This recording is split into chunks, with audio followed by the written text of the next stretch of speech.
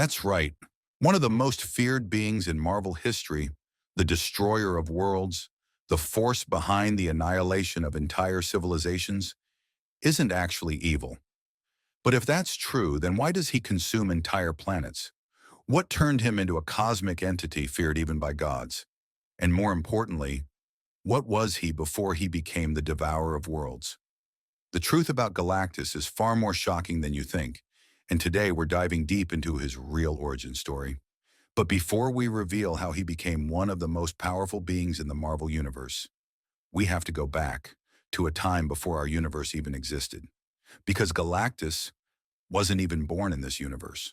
Before we begin, I'd like to ask you to subscribe to the channel and press the bell icon. If you enjoy this video, don't forget to like and share it. And please drop a comment below to share your thoughts. I'd love to know what you think about the topic I'm discussing. Long before Earth, before the Avengers, before even the stars themselves, there was another universe. A universe just like ours, filled with galaxies, planets, and civilizations. But like all things in existence, it had an end, and its destruction was inevitable. At the heart of this doomed cosmos was a planet called Taa. It wasn't just any world, it was the pinnacle of civilization, an advanced utopia where science had conquered disease, hunger, and even aging. The people of Taa lived in absolute prosperity, believing they had reached a golden age that would last forever. But the universe had other plans. A force beyond their comprehension was at play, the Big Crunch. Instead of expanding like our universe, this cosmos was collapsing. Galaxies crumbled, stars faded into darkness, and entire worlds were swallowed by an unstoppable wave of destruction. On Taa, scientists worked desperately to find a solution. Among them was Galan, a man who refused to accept the end. He led his people in a last-ditch effort to escape their fate, launching a fleet of ships into space. But there was no escape. Cosmic radiation consumed everything, wiping out his people and leaving Galan as the last survivor of an entire universe. But here's where things take a bizarre turn. Instead of dying, Galan felt a strange pull, a force calling to him from the heart of the dying universe. With no other option, he did the unthinkable. He flew straight into the chaos. Here's where things get truly insane.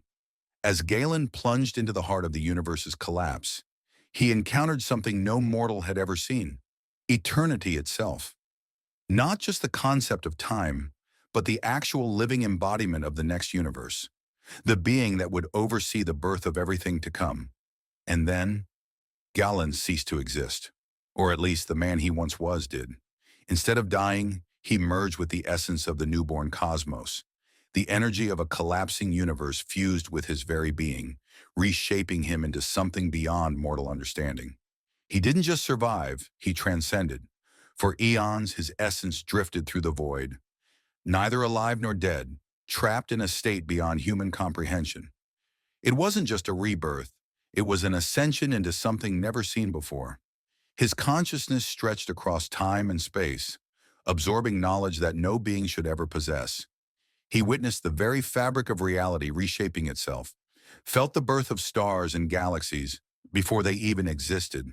The power within him grew, his very body transforming into a cosmic cocoon, incubating an entity unlike any the universe had ever seen. For billions of years he remained in this state, a slumbering god, waiting. But then, the moment arrived. A ripple of energy surged through his form. Reality itself trembled. And then, in an explosion of pure cosmic force, he awoke. And he was no longer Galan of Taa. He was something far greater. He was the Devourer of Worlds. The being that emerged was unrecognizable. His form had changed. Titanic in scale, clad in armor, radiating raw cosmic power. His very presence warped reality itself, the sheer magnitude of his being distorting time and space around him. But most terrifying of all, he was starving. Not for food, not for water. He craved something far worse, the life energy of entire planets. The hunger within him was not just a need, it was an affliction, an endless, insatiable void clawing at his very existence. Every fiber of his being screamed for sustenance, and yet there was no relief. no escape. Driven by an insatiable hunger, he began his new existence with a horrifying realization. If he did not feed, he would die. The very energy that made him powerful also cursed him with an eternal hunger. It was not a choice. It was a necessity. But was he a monster? Number Galactus was not a villain. He was a force of nature. Just as stars are born and die, just as black holes consume everything in their grasp, he was a cosmic inevitability. He was a being beyond morality, beyond good and evil. To sustain his existence, he devoured his first world. It was not an act of cruelty nor of malice. It was survival. The planet's core energy flowed into him, filling the emptiness for a fleeting moment. And with that act, he became something beyond gods, beyond judgment. His destiny was now set. He was Galactus, the Devourer of Worlds. But this was only the beginning. His hunger would never fade, and the universe itself would learn to fear his name. But here's the craziest part. Galactus isn't just some destroyer. His existence serves a purpose. You see, the universe thrives on balance. Creation and destruction go hand in hand. Galactus isn't just some force of chaos. He is necessary. Without him, the universe would spiral into unchecked expansion, causing instability on a cosmic scale. The endless growth of galaxies, unchecked and without destruction, could lead to a state where energy is stretched too thin, where the fabric of space itself weakens under its own weight. In a sense, Galactus is not simply consuming, he is maintaining order. Even beings as powerful as the Watchers, ancient entities who observe all of existence, refuse to interfere with him. They fear him, but they also know that without him, the universe itself might collapse. Imagine the paradox. These near-omniscient beings who have witnessed countless civilizations rise and fall understand that Galactus is both a destroyer and a guardian of cosmic equilibrium. This isn't just speculation. Marvel lore has explored the idea that Galactus serves a higher cosmic function. Some theories suggest that when he feeds on worlds, he isn't just ending life.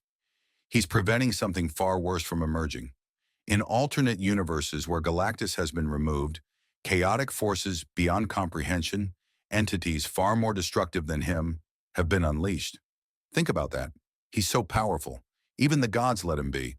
But maybe, just maybe, it's because they know that a universe without Galactus might be something even they cannot survive.